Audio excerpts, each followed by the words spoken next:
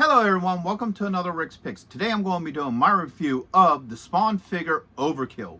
So what I'm going to do is I'm going to take a look at him in packaging. Then I'm going to take a look at the figure and any accessory he may come with, because I don't think he comes with any. And then I'm going to give you my overall thoughts on him. And just remember, if you do like this video, go ahead and check out my Spawn playlist and hit that like, share, and subscribe. They're all small clicks for you, but it really helps this channel grow. So without any further ado, let's get to the review. Okay, so here he is in packaging. I do like the packaging for him. So you have this open window where you can see the figure. You have like this red and black border, Spawn, your age restrictions, and his name. Spin him around this way.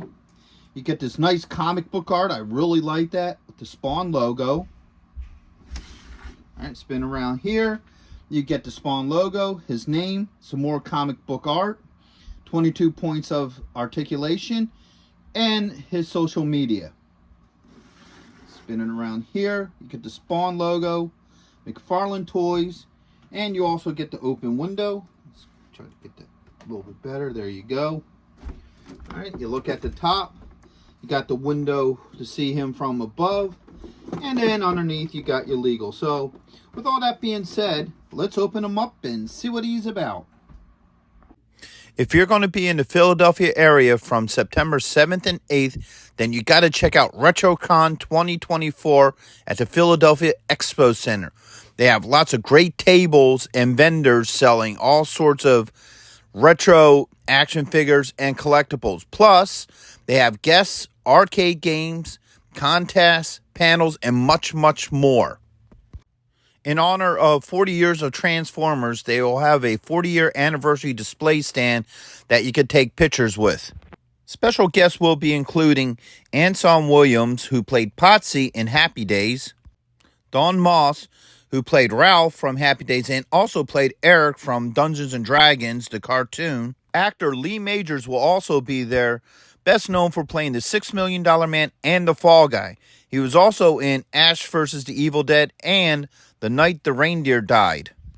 So not only do they have the $6 Million Man, but they also have Lindsay Wagner, the Bionic Woman.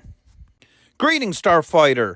Lance Guest will also be appearing, best known as starring in the movie The Last Starfighter, and also appearing in both Halloween 2 and Jaws the Revenge. And right next to him will also be Catherine Mary Stewart, best known for The Last Starfighter and also known for Night of the Comet and Weekend at Bernie's. Voice actor Michael Bell will also be there, known for being the voice of Duke, Prowl, and other iconic 80s characters. So next we have Townsend Coleman, best known for being the voice actor for the original Michelangelo, also the Tick, and in Transformers Animated. The tag team wrestling sensation, the Nasty Boys, will also be there. And after RetroCon, head on over to Arnold's where you can see the rock band Cybernetic Spree. Hurry up and get your tickets now because they sell out quick. Alright, so here's the figure. This is him out of packaging. He is a massive figure. Very, very huge figure. So let's start off with the rotation. All right, so you got this side, you got the back, you have this side, and last but not least, we're back around to the front. So now there's a lot of things going on with this figure. For starters, I love the head sculpt. The head sculpt looks really twisted, really cool. You get all these metallic little pieces coming in around the neck, this whole chest piece. Now, they did, and I don't know how well you can see it, they did do a wash on the green, but it's like a real light silver, so you don't notice it that much, but it is there. It kind of gives it a little bit of a sheen. You know, you got all this little detailing in the legs, the hands, you know, along these fins here. So they did a lot of work with this figure, the overall look to him. And then you look at the back. You got a little bit of a wash on the back here. You can see the little bit of brown in there. You got all these little details all up and down his legs. So they definitely did a really cool sculpt with this guy.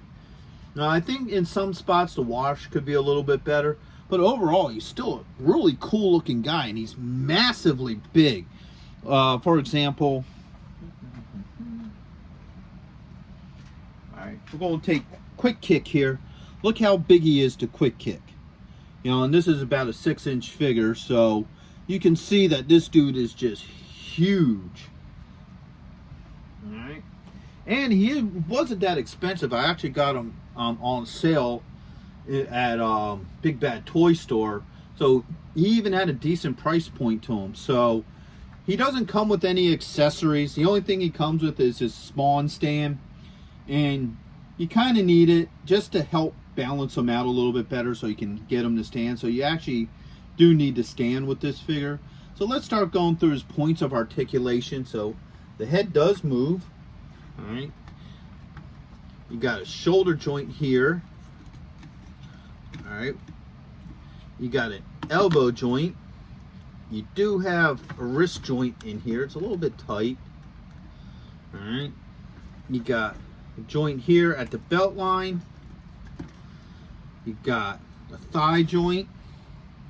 You also have a knee joint. You have an ankle joint. And you have a toe. I think you got it. No, there's no toe joint. I apologize. There isn't a toe joint. So overall, you know, all his joints work. Some of them are a little loose. Like this seems a little loose. This feels a little loose. But it's not so loose to where he flops around a lot. Well, he does flop a little bit. So, you know, he does have movement on the shoulder plates that allows him to, you know, move his arms better without interference with his shoulder joints. So, and that don't move. So that's basically the figure himself.